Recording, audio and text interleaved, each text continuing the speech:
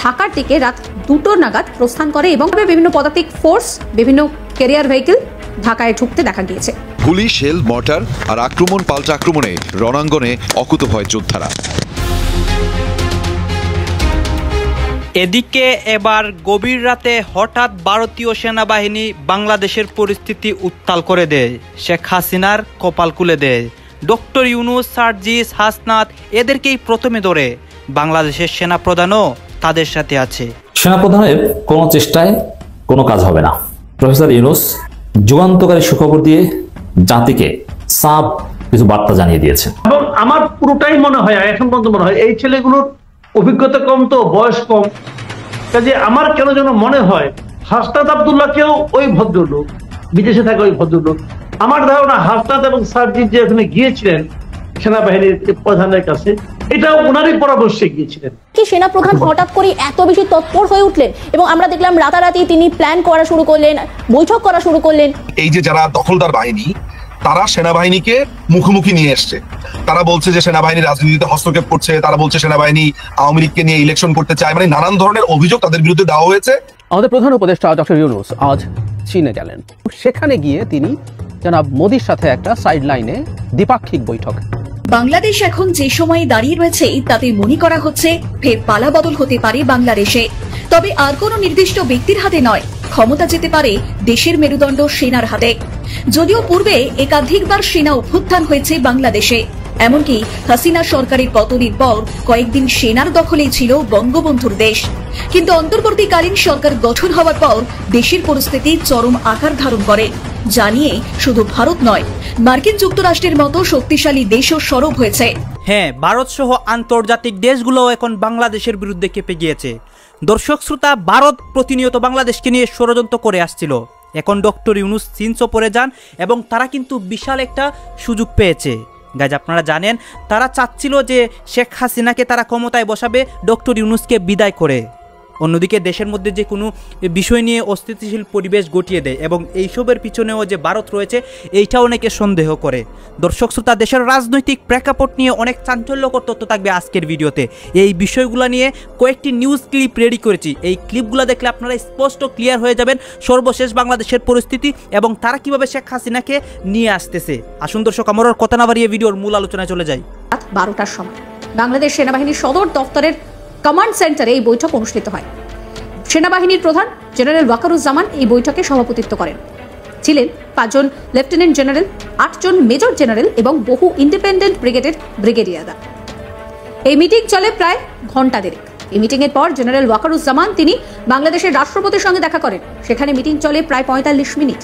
তারপর দেখা যায় সাভার ডিভিশন, যেটা চট্টগ্রামের দিকে থাকে, তার ঢাকার দিকে রাত 2টো নাগাদ প্রস্থান করে এবং প্রায় 3টে থেকে 3:30 সময় পর্বে বিভিন্ন পদাতিক ফোর্স বিভিন্ন ক্যারিয়ার ভেহিকল ঢাকায় ঢুকতে দেখা গিয়েছে। প্রায় 3টে ডিভিশনের 3টি ব্রিগেড তারা ঢাকার বিভিন্ন গুরুত্বপূর্ণ জায়গায় অপারেশনের জন্য নিয়োগ করা হয়। 24 তারিখ সকালে সেনা অধ্যক্ষ বিভিন্ন ডিভিশনের অফিসারকে ঢাকায় ডাকেন আলোচনার জন্য। বাংলাদেশের সাংবাদিক সূত্রে আরও জানা যাচ্ছে, রাতের বৈঠকে 5 জন লেফটেন্যান্ট জেনারেল এবং কয়েকজন জেনারেল অফিসার কমান্ডিং সরাসরি উপস্থিত ছিলেন, বাকিরা যোগ দেন ভার্চুয়ালি। এছাড়াও সেনাবাহিনীর সদর দফতরের সকল পরিচালক, ব্রিগেড কমান্ডার এবং ঢাকা জেলার বাইরে থেকে 7ম এবং 9ম, 55তম, 66তম ডিভিশনের যারা জিওসিরা রয়েছেন তারা বৈঠকে সরাসরি অংশ নেন। যে বিষয়টা জানা যাচ্ছে যে এইভাবে হঠাৎ করে সেনা নামায় কিন্তু চাঞ্চল্য ছড়িয়েছে। এই ধরনের যে বিষয়টা সামনে এসেছে তাতে অনেকেই প্রশ্ন করছেন যে হঠাৎ কি হলো যার জন্য এত সেনা নামাতে হলো। অন্যদিকে যেটা জানা যাচ্ছে যে হাসনাত আব্দুল্লাহ এবং জাতীয় নাগরিক পার্টি এবং এবি পার্টির নেতৃত্ববৃন্দ সেনাবাহিনীর রাজনৈতিক বিষয়ে হস্তক্ষেপের অভিযোগে সেখানে অভিযোগ করার পর সেই সম্পর্কে আলোচনা করা হয়। এই ধরনের যে প্রচারণা মোকাবিলা এবং সেনাবাহিনীর ভূমিকা কি হবে তাকে সংজ্ঞায়িত করা ইত্যাদি নিয়ে আলোচনা করা হয়।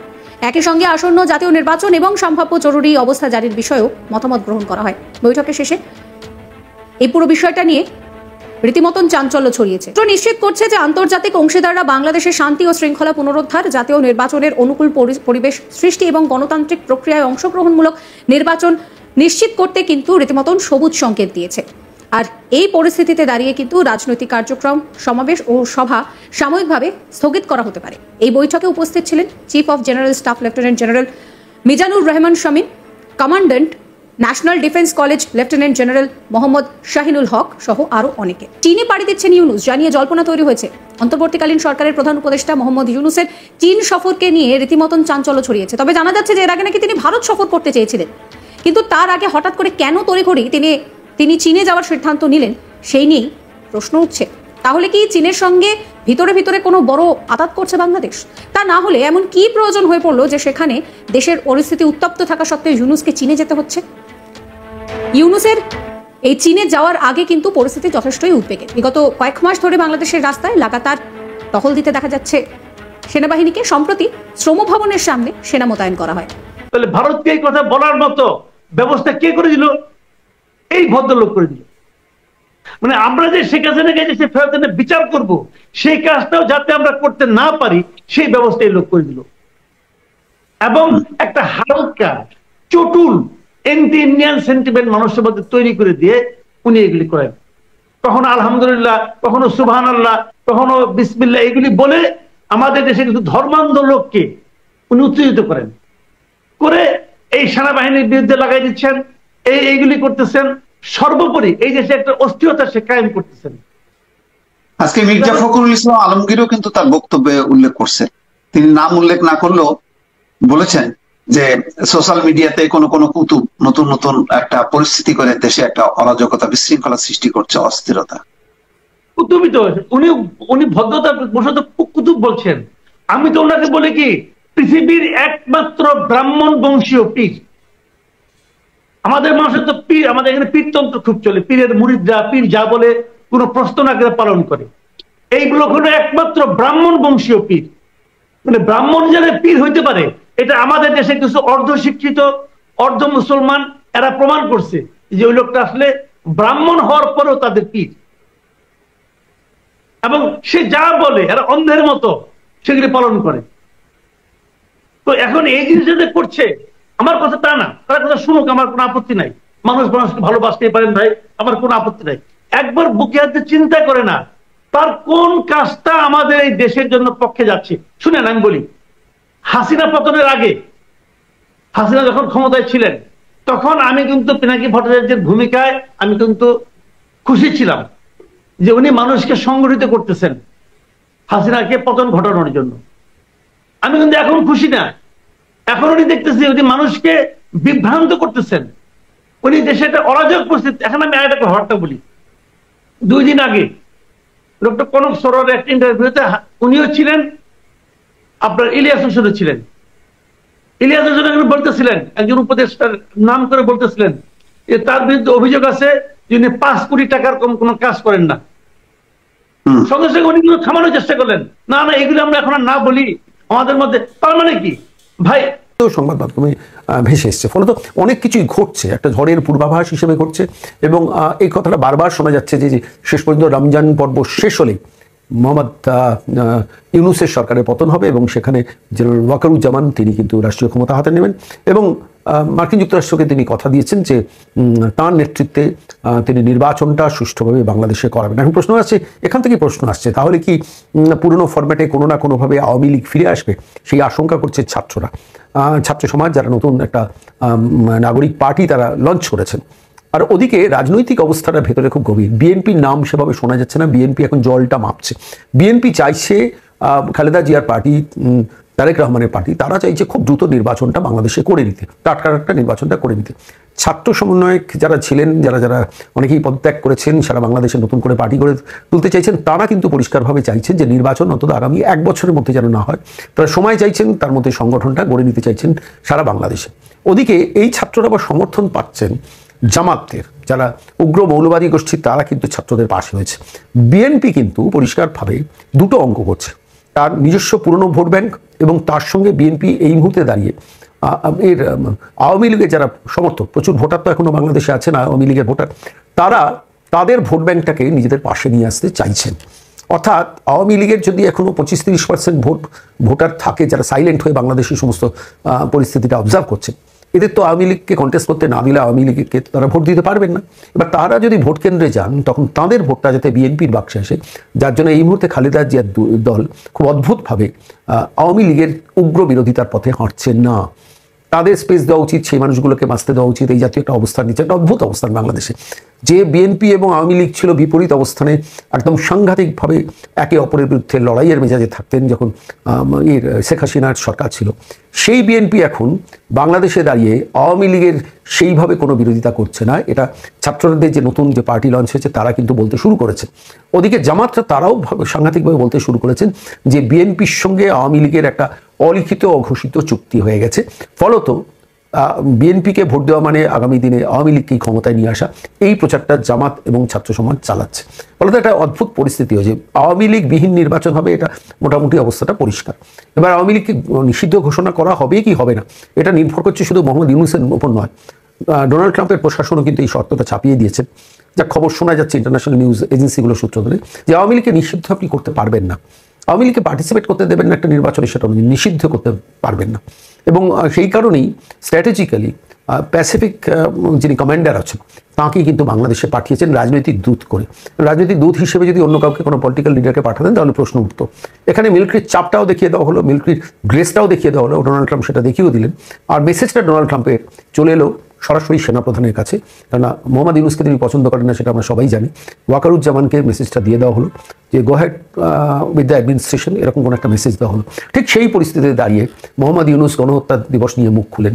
সমস্ত ঘটনাগুলোকে যদি আপনি 1, 2, 3, 4, 5, 6 করে যোগ করেন, তাহলে আমার কাছে মনে হচ্ছে তিনটে অবস্থান খুব স্পষ্ট, যে মিলিটারি ক্রমশ পাওয়ারফুল হচ্ছে এবং আলটিমেটলি মিলিটারি ক্ষমতা যে কোনো মুহূর্তে নিতে পারে, এরকম একটা অবস্থা তৈরি হচ্ছে। নেবে কিনা কেউ কেউ বলছেন নিয়ে নেবে, একটা অভ্যুত্থান হচ্ছে, এই রমজান পর্ব শেষ হলেই অভ্যুত্থান হবে। আমি সেটাই এখনই বলতে চাই না, কিন্তু সেটা প্রেডিকশন হয়ে যাবে। কিন্তু পরিস্থিতি তো সেটাই তৈরি হয়েছে। কমব্যাট ইউনিফর্মে কখন মিলিটারিদের আসতে বলেন যে কোনো সময় একটা অপারেশনাল মুডে থাকতে হবে, এবং সেই অপারেশনাল মুডে থাকতে গেলে কমব্যাট ইউনিফর্মটা দরকার। ফলে ঢাকার আশেপাশের অঞ্চলে সাজোয়া বাহিনী ইতিমধ্যে ঘোরাফেরা শুরু করে দিচ্ছে ব্যাপক পরিমাণে, সেগুলো বাংলাদেশের কোনো প্রচার মাধ্যম সেটা সম্প্রচার করছে। ফলত এই পরিস্থিতিতে দাঁড়িয়ে বাংলাদেশে হবেটা কি, হয়তো এরকম হতে পারে যে মোহাম্মদ ইউনূসকে সাইলেন্টলি বসিয়ে রেখে নির্বাচনটা করাবে মিলিটারি এক, অথবা মোহাম্মদ ইউনূসের সরকারকে পুরোটা ফেলে দিয়ে ওয়াকারুজ্জামান নির্বাচনটা করাবে। এর মধ্যে মোহাম্মদ ইউনূস আরও একটা খুব ইন্টারেস্টিং ঘটনা ঘটেছে। মোহাম্মদ ইউনূস ঘোষণা করে দিয়েছেন যে কিছুদিনের মধ্যে আমরা ইলেকশনে যাব, সেটা আগামী অর্থাৎ 2025-এর ডিসেম্বর থেকে 2026-এর জুনের মধ্যে আমরা এই ইলেকশনটা করিয়ে দেবো। অর্থাৎ ছাত্র সমাজকেও খুশি রাখলেন যে প্রায় এক বছর বাদে নির্বাচন হবে, তোমরা এর মধ্যে প্রস্তুতি নাও। প্রধান উপদেষ্টা হননি বটে, তবে উপদেষ্টা হয়ে তিনি বাংলাদেশের শাসন ক্ষমতার সঙ্গে তার পরিচিতি ছিল, একেবারে অপরিচয় ছিল না তা নয়। আমাদের ওয়াকারুজ্জামান সাহেবের আমরা যেটা জানতে পেরেছি এবং পরবর্তী সময় যেটা জানা গেছে, সেটা হচ্ছে ওয়াকারুজ্জামান সাহেব প্রধান উপদেষ্টা হিসেবে মোহাম্মদ ইউনূসের বিরোধিতা এই জন্যই করেছিলেন যে তিনি একটি কেসে, একটি মামলায় তার অলরেডি জেল হয়ে গেছে, জেল খাটার মানে শাস্তি ঘোষণা হয়ে গেছে, বেশ কিছু এছাড়া বেশ কিছু মামলা তার বিরুদ্ধে রয়েছে, এবং মামলাগুলো হচ্ছে চিটিং বা মানে দেশের কর ফাঁকি ইত্যাদি সংক্রান্ত, এবং তাদের যে কর্মচারীদের তাদের নানা রকম ভাবে তাদেরকে আর্থিক অনাচার অবিচার যে হয়েছে সেই ব্যাপার সংক্রান্ত ব্যাপার। এই জন্য তিনি রাজি হননি, কিন্তু রাজি হতে তিনি বাধ্য হয়েছিলেন। এবং আমরা জানি প্রধান উপদেষ্টা হিসেবে মোহাম্মদ ইউনূস এখনো রয়েছেন ক্ষমতায়। এখন প্রশ্ন হচ্ছে, তারপরে তাকে সেপ্টেম্বর মাসে সেনাবাহিনীকে ম্যাজিস্ট্রেসি পাওয়ার দেওয়া হলো দেশের শান্তি শৃঙ্খলা উন্নতির জন্য, সেটা কিছুই হলো না। বরং বিভিন্ন জায়গায় আমরা দেখেছি সেনাবাহিনীর তারা নিজেরাই ডাকাতির কেসে অভিযুক্ত হয়ে গেছে। হিন্দুদেরকে মারার ক্ষেত্রে, হিন্দুদের বাড়ির ওপর অত্যাচারের ক্ষেত্রে চট্টগ্রামের সেনার ভূমিকা সরাসরি সামনে চলে এসছে। এবং ওয়াকারুজ্জামান সাহেব যে বিশেষ কোনো ব্যবস্থা নিয়েছেন এই সব ঘটনা কিংবা টোটাল যে দেশে ম্যাজিস্ট্রেসি পাওয়ার পর দেশের শান্তি আইন শৃঙ্খলা ইত্যাদি ফিরিয়ে নিয়ে আসার জন্য যে তিনি বিশেষ ব্যবস্থা নিয়েছেন তা নয়, তিনি মোটামুটি ঘুমিয়ে পড়েছিলেন।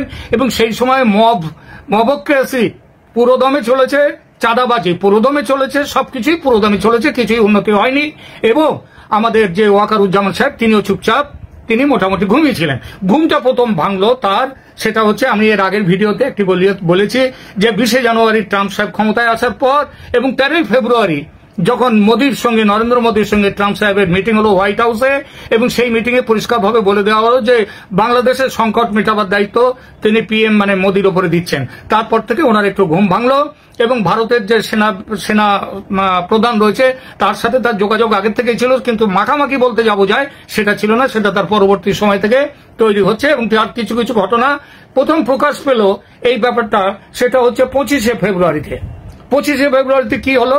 25শে ফেব্রুয়ারিতে যে তিনি 2009-এ বিডিআর বিদ্রোহে নিহত সেনাকর্তাদের স্মরণে আয়োজিত। আমরা এখানে দেখতে পাচ্ছি দেশের রাজনৈতিক প্রেক্ষাপট নিয়ে সবাই অনেক বক্তব্য দিচ্ছে।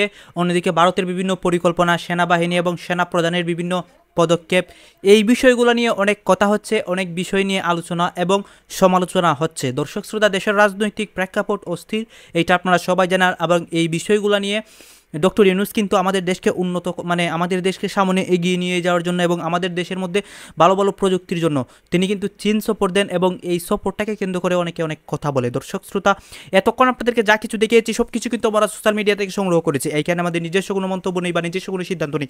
এইসব দেখে আপনাদের কি মনে হচ্ছে এবং আপনাদের মন্তব্য অবশ্যই আপনারা কমেন্ট বক্সে লিখে যাবেন। এবং আপনাদের কাছে আমাদের একটা রিকোয়েস্ট থাকবে, আপনারা যদি আমাদের চ্যানেলের নতুন দর্শক হয়ে থাকেন চ্যানেলটি সাবস্ক্রাইব করবেন এবং আগে থেকেই যারা সাবস্ক্রাইব করে রেখেছেন তাদেরকে আমাদের পক্ষ থেকে অসংখ্য ধন্যবাদ।